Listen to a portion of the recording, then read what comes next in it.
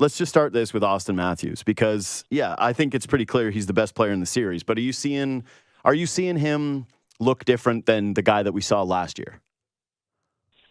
He is by far the best player in the series. We talked about this a week ago going in. That's what he needs to do.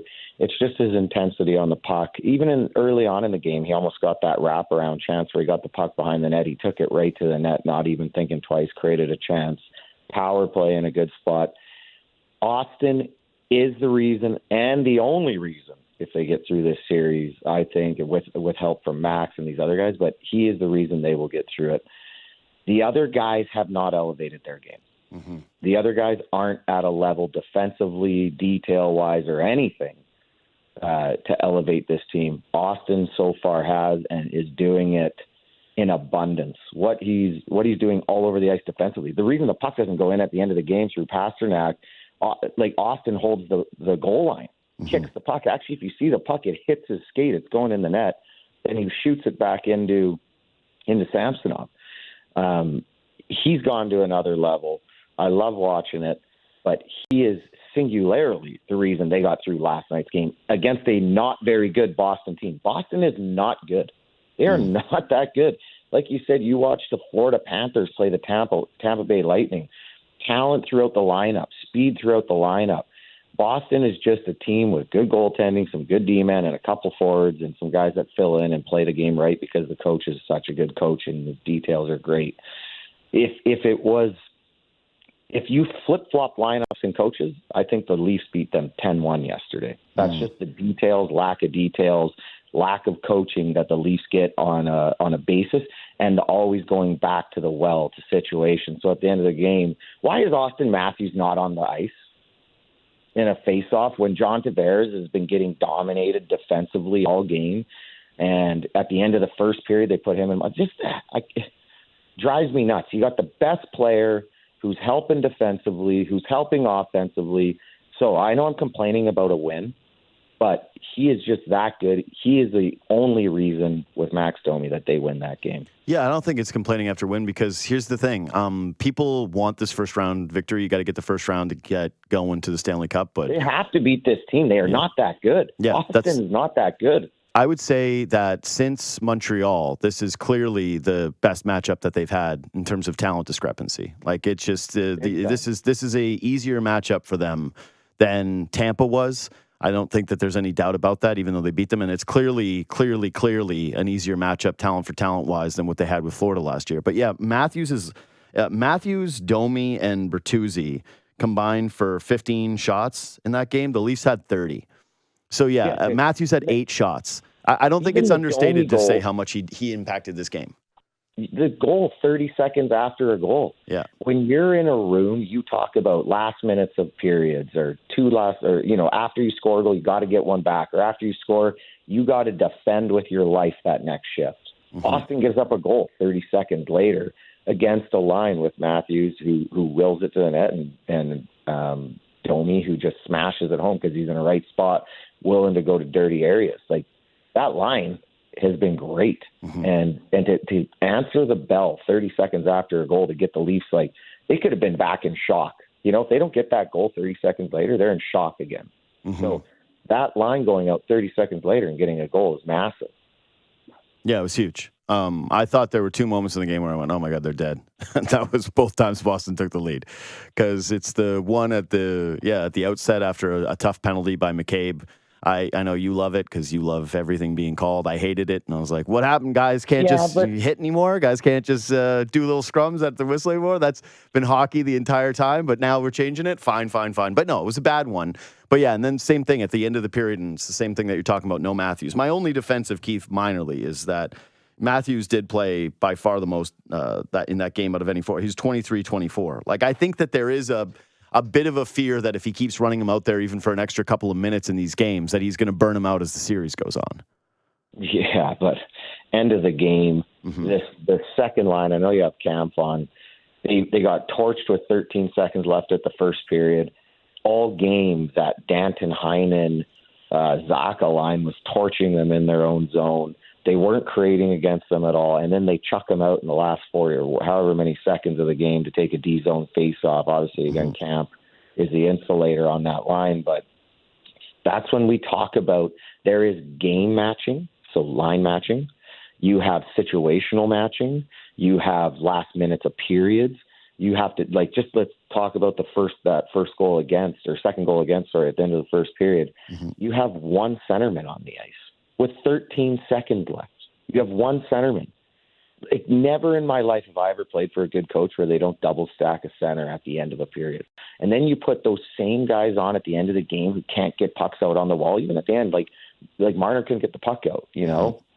And they kind of lived to fight another day because the puck luckily got out. But you got to go with certain guys and be willing to change, and not, like, I know we talked about it last night. You're like, well, that's his best centerman, and this. Well, you can't go back to the well if these guys are getting torched defensively.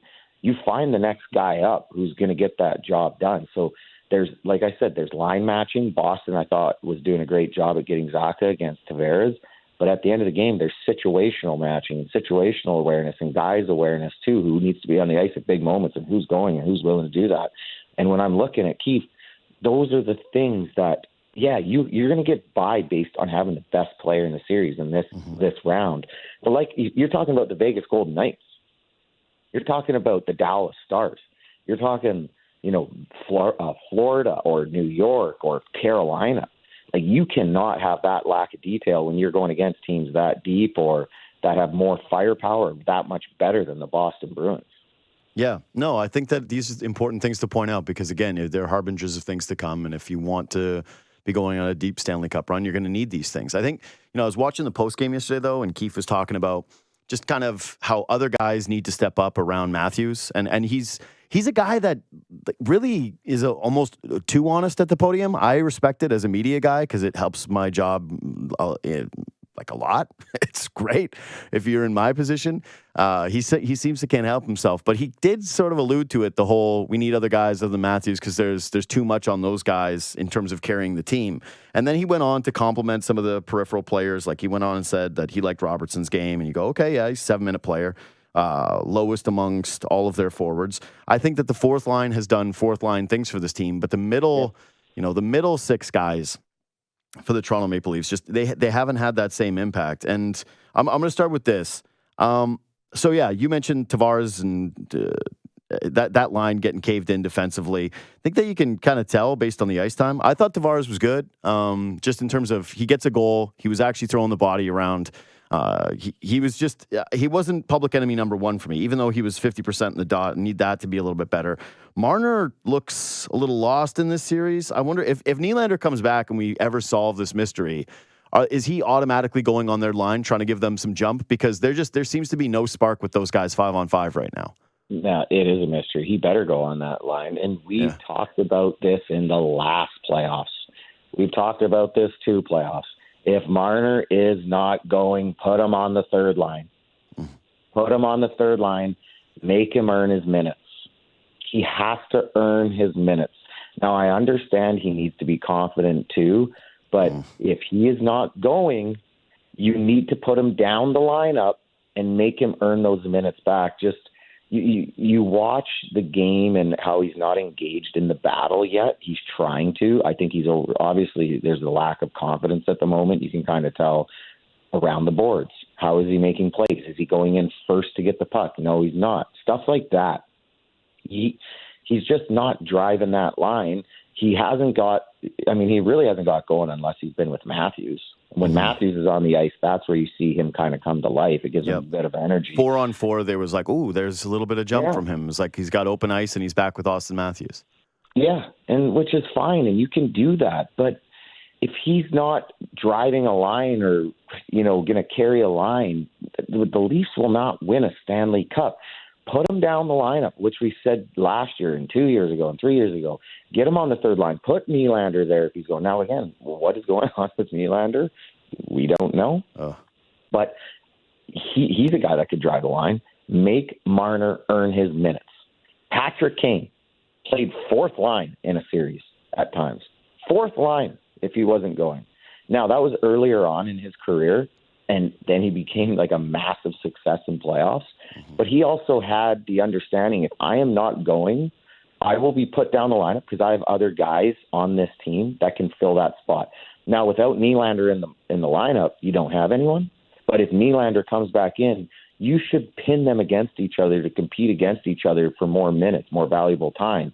Make him more engaged. And that's what I would like to see if Nylander comes back in, because if you don't have depth in scoring or three-line scoring, you will not win a Stanley Cup. You can win a round because you got the best player, maybe luck through too, but you will not win a cup. Man, the Nylander thing is one of the weirdest things that's happened in Toronto sports. It's crazy. It's insane. It goes back to, like, so Domi game one, he gets rinsed about, just shut up. Just be like, this. I loved what Domi did. Yeah, he took dumb penalties, whatever. At least he's engaged, and now look him in game two. He's a go-to guy because he's mentally into the series. He's engaged. He's desperate. Just like this, like how they're handling it, it's just creating rumors. Just if he's hurt, just say he's hurt. Don't say what it is. If he's sick, say he's sick. Just come out, be honest with it, and let it go away. Now it's like, this, and that. The team has to answer it. I just don't understand how they handle the media at times. Like you said, Keith, how he handles it with his team and how he talks about them. The playoffs are big for keeping your guys confident. If a guy has a bad game, don't sell him out. If the guy makes a bad play, put it on that guy to say, I made a bad play. That's a big thing. Like if Domi took a dumb penalty, put him on the podium. He says, I took 2 dumb penalties.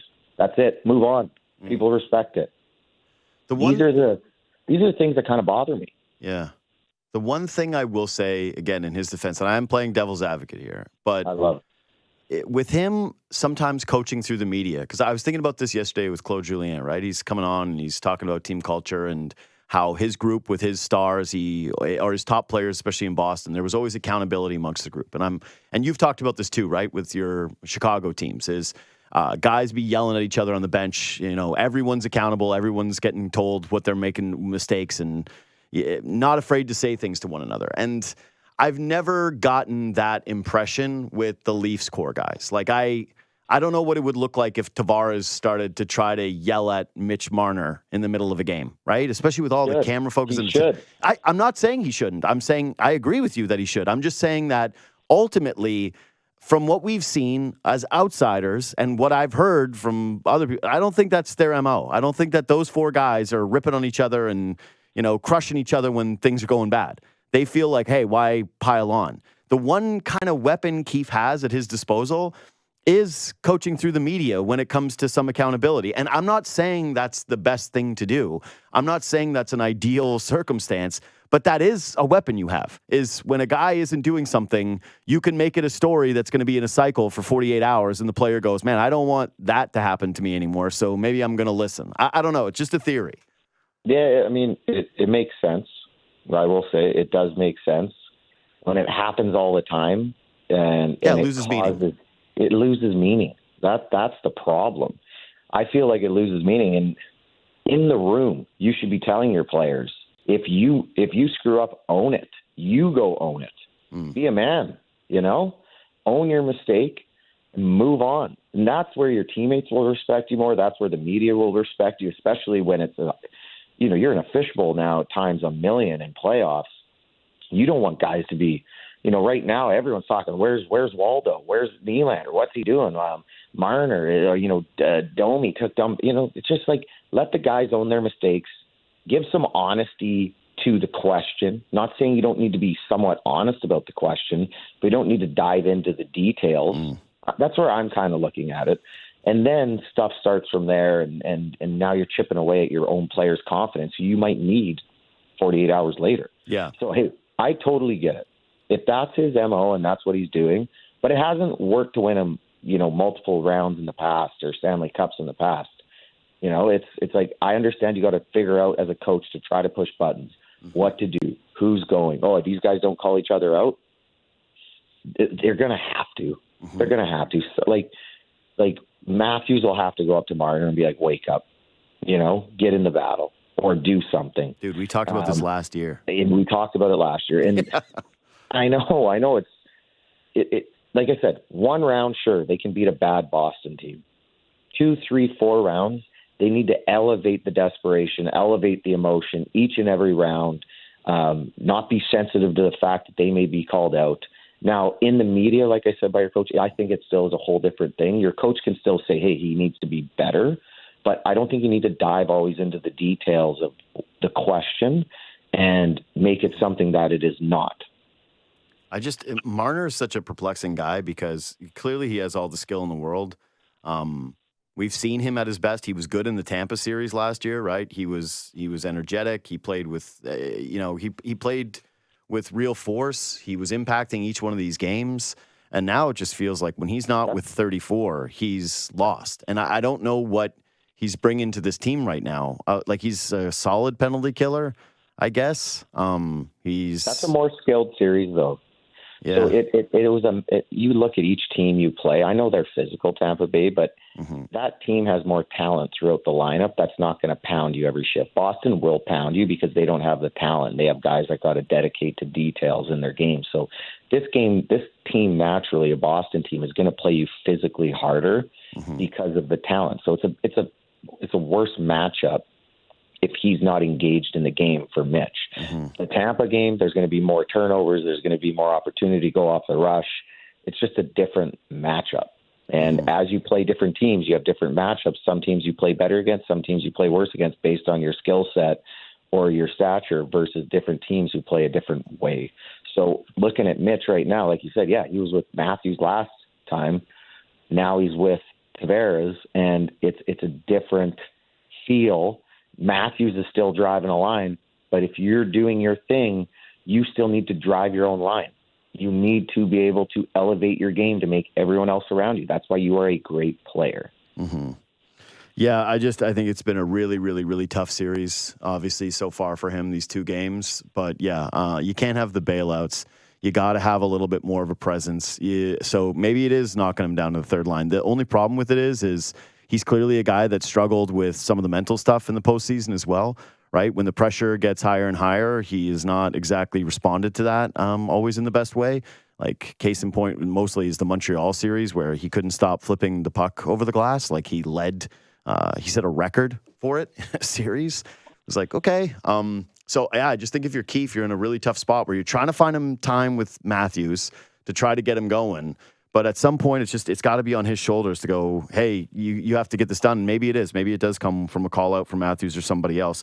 Power play, they put Bertuzzi up, which I knew that killed you in game one, was watching Yarncroc get 3 minutes and Bertuzzi, who last year dominated on the power play, only get one. But they put him up there, and, again, credit to him that Bertuzzi ends up getting 20-plus minutes of ice time last night. I thought he was one of the Leafs' better players.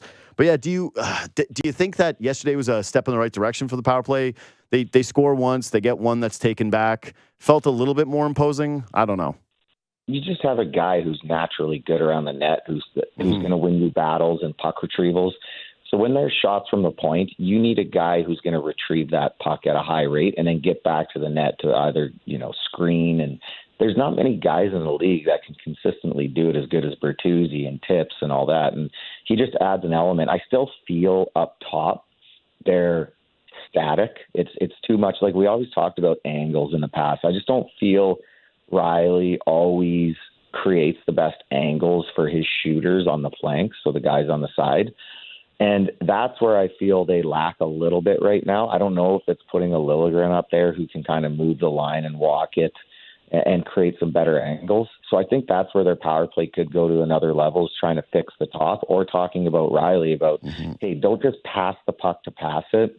Move your feet into an option, create better angles for your flanks, give them a little bit more time and space with the puck. From there, down low plays open up. If you watch the one Bruins goal with McAvoy walking, angled, DeBrus down low, gets it low to Marchand. Now all of a sudden they got time and space and they hit Geekie back door. So the top guy is very influential on creating time and space for the flanks. And then what they need, again, is they have the guy in front now. They just need, I think, Riley to be a little more cognizant of where he's going, when he's going, and what he's doing with the puck up top to make their power play go to the next level. But it was definitely a step in the right direction. How about the blue line? You putting Brody in for Game 3? I'm telling you, you hate it. You hate it. You need a puck distributor back there. You got a bunch of guys just whacking it around the wall. And Bruins come hard. They have a hard forecheck. They take the walls away. You need guys that be able to pull the puck off the wall and make an outlet pass or hit that center option or hit the wide pass to get you out of pressure. You can't just rely on the weak side rim. So what the Leafs are doing is they're trying to break pressure of the Boston forecheck by just rimming it out the weak side or slamming it up the strong side and praying for puck battles to get it out. You'd still need guys to be able to pull that puck off and make a nice outlet pass, and no one does it better than Brody on your team. And I think he's a massive piece to that. Now, he needs to get going, and I love Broads more than anything, but he's a guy, when he's going, he adds another element to your decor that no one does, that he does better than everyone on your defensive unit. I just don't know where you put him, and I don't know who's coming out, because they clearly like Edmondson, right? They want him out there for the penalty kill, and I actually, if I'm being honest, like if I'm not just playing politics here, because I'm rooting for a guy that represents what I want, I think Edmondson has been not great this series. Like he hasn't looked good. But I still want that guy who, for a Bruins team that wants the front of the net as desperately as they do, and that's the area where they're going to create screens and they're going to mess with Samsonov, and that's where they're going to score, like down low cycle plays, cycle killer. I still want Edmondson in the lineup, and I feel the same way with Lyubushkin, and they're kind of the two bubble guys. And then you go, okay, well, it's Liljegren, and I'm saying Lyubushkin took it like a stupid penalty. I know, it was a horrific one. Coyle didn't do anything. They are so lucky, but that's a whole other thing. No, it was. It should have been 5-on-3. But if I'm looking to take someone out, it's either got to be Benoit or Lyubushkin. I know people love Benoit. I still think he struggles a bit with making plays and closing gaps. I'm still not sold on Benoit in the playoffs so far. Those are two guys that I'd be looking to take out. If Liljegren can't do what Brody does, which I don't think he's been doing that. Like he's going back and retrieving pucks, and again, he's not really making great outlet passes, I don't find. He could be a guy you move out as well if you're never going to look at putting him on a first unit power play to help Morgan Riley. Mm-hmm. Yeah, that's, I got to tell you, I'm a Benoit guy, but from a fit standpoint of taking out somebody in the series, there is a stronger case to be made, because then you've got Brody back with McCabe. And that makes more sense to me, and especially if you're going to put, I think, Brody on his natural side. That's the move I would be making, because the thing that scares me about Brody is, okay, he can make a breakout pass when he has better than some of these other guys. Like, there's no question about it. But man, he has just struggled with big, heavy forwards this year. Like in his own end, when you're talking about guys who try to chip it out the most, it's him. Like he hasn't been showcasing that breakout pass. He hasn't been that puck mover. He's just a guy who has looked rushed at times and who struggled with the physical play and just has basically looked like man without country. And I don't think that, I don't know about him playing the right side anymore. Like I don't have any faith in that. If you're looking at a fit, Benoit naturally to me, and when I'm looking at it, is always the first guy I would take out. Now, Keith has his guys. He seems to be a Keith guy. I don't know. So that I do feel you got to get a puck mover into the series, and Brody's the guy for me. Leaf fans are probably telling me I'm an idiot right now, which is respectable. But I feel you need to add that element to your blue line and see if it works. See if he comes out and does what I know he can do. And, you don't have to overbear him with minutes, but give him some situational stuff that allows him to get into the series and see if he does what exactly they need done. Yeah. Is there a case to be made, though, for winning lineup? You're just sticking with it? There's a case to be made, but I didn't think everyone was that good. Yeah. Like, I don't know. I didn't think Benoit was great. I didn't think Edmondson was great, or Lyubushkin. Lyubushkin did some good things at times, but I didn't even think the forward units overall, like, a couple lines showed, like, or obviously the Matthews line, but that's what takes to make hard calls. Like, all the best coaches, even when you win, sometimes you'll keep that lineup, but sometimes you do got to make a change, because even when you win, you got to be willing to make a hard call to tinker with your lineup in order to maximize the next game. So I would make a change, but there is a case to always be made for winning lineups. Yeah. Well, I do think maybe it makes it easier to change it up too if Nylander does come back.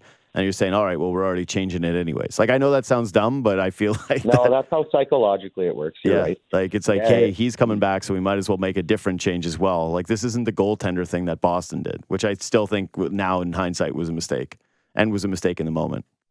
Yeah, like I could see Montgomery looking back at last year, and he laid on Allmark the first 6 games and then went to Swayman. So maybe he's like, I just got to keep Swayman fresh. So I understand it. Allmark actually played really well. He did. I think he probably planned. Yeah. I think he probably planned. That Tavares goal was brutal, but I think he did probably plan to do this regardless, and then see which goalie fights it out to be his guy over the next 5 games. Mm-hmm. That would be my guess. Now that one guy's got a win, one guy's got a loss, I could easily see Swayman carrying the mail the rest of the way. But you look back at their previous series, I think he looks back at, maybe he should have went back and forth in that Florida round. So that's probably psychologically where he looked at. Mm-hmm. I had no problem with him doing it. Allmark played, I thought, very well overall. And now it's like, okay, now we got our guy. Now I know Swayman's my guy. Mm-hmm. Okay, so this one is not as connected to the game, and I know people are listening to this going, man, it's a win. Why are you bringing this up? But, so the Leafs lose game 1, and then it's an optional skate, and someone wrote highly optional, which I went, okay, I don't know what the difference is between these two, but maybe you can explain that to me. But the Leafs only had 2 guys that had played in game 1 show up to that skate, because it was Nylander, who, again, doesn't end up playing, can take the skate, but is not going, and apparently he looks not great. So whatever. We keep guessing and coming up with crazy theories. It was Timmins, it was Brody, and it was Giordano, and I think it was Domi and Mara that were the only 2 guys there. Does that, what does that say anything to you whatsoever? Well, if you're looking at Marner going to a highly optional skate, it's just he's probably in a situation where he's looking at regaining his confidence. There's guys, Patrick Kane never took a skate off, so he's not a guy I could kind of look at that. But, Marian Hossa, certain guys, if they didn't feel their game was in a right spot, they would go back on the ice and try to work on whether it's power play routes or, off the rush routes, a couple things that give them confidence with the puck in the practice that hopefully carries over to the game. So generally when players have a bit of a crisis of confidence, they do that. I look at Domi as being maybe that's just his thing. He felt good about his last game, just wanted to get on the ice, and he feels better when he's on the ice day to day. So and then obviously the other players haven't played. So that's what I would look into the situation. One guy has a bit of a crisis of confidence. He's trying to regain some of that back through practice, and that's a good thing, I think. Mm-hmm. And the other guy just wants to stay fresh and feels that's what's best for him. Yeah, just from the fan standpoint, when you see the highly optional skate, you always view it through the lens of, oh, well, if you care, you would show up to this. Like, you'll take any added opportunity to show up and make sure that you're on the ice. And so it optically is, I don't think, a good look when you only have 2 guys that were playing the night before or the game before. Yeah, it doesn't matter. Doesn't matter. No, like we've had in all the teams I played on in the past, there'd be sometimes one guy, sometimes there'd be 15 guys, depending on minutes for the night. Sometimes if you got low minutes and you wanted to get back on the ice and work on things, like if you're a power play guy, second unit, and you didn't play on the power play that game, you're going to go out and work on a couple things that next day. Injured guys for rest. Certain guys just like getting off. So it's all up to the player, and the management or the coaching staff doesn't really care what you do, but those days are really up to the player to do what they feel they need to either get their game back or keep their game going. Okay. Well, we'll talk to you next week. Thanks so much for the time, buddy. But yeah, I'm not overly, I don't know how confident I am in the things that you want changing. I still feel like this is for 5 years, but you say it for 5, but they have to win this series. They are the better team. They have better players. Guys got to step up. They have to win. Like I'm telling you, Boston is they're not that good. Like they're a good hockey team. Sorry, they're not great. This is it. Is if you lose this series in particular, I think it really does. It doesn't even tell you about the way you're built. I think it tells you about things beyond that. I think it's a damning loss for the coaching staff if they end up losing this series. I think it's a damning loss for the idea that the core 4 can go anywhere, despite the fact that one of them is out of it. And yeah, I don't know how you could lose this series and not just immediately have major overhaul without, a Nylander injury or no Nylander injury. Anyway, Kris Versteeg, 2-time Stanley Cup champion, created the Clever app, which you can, again, go to the App Store and download for free. Thanks for making time, brother. We'll talk to you soon. Take care.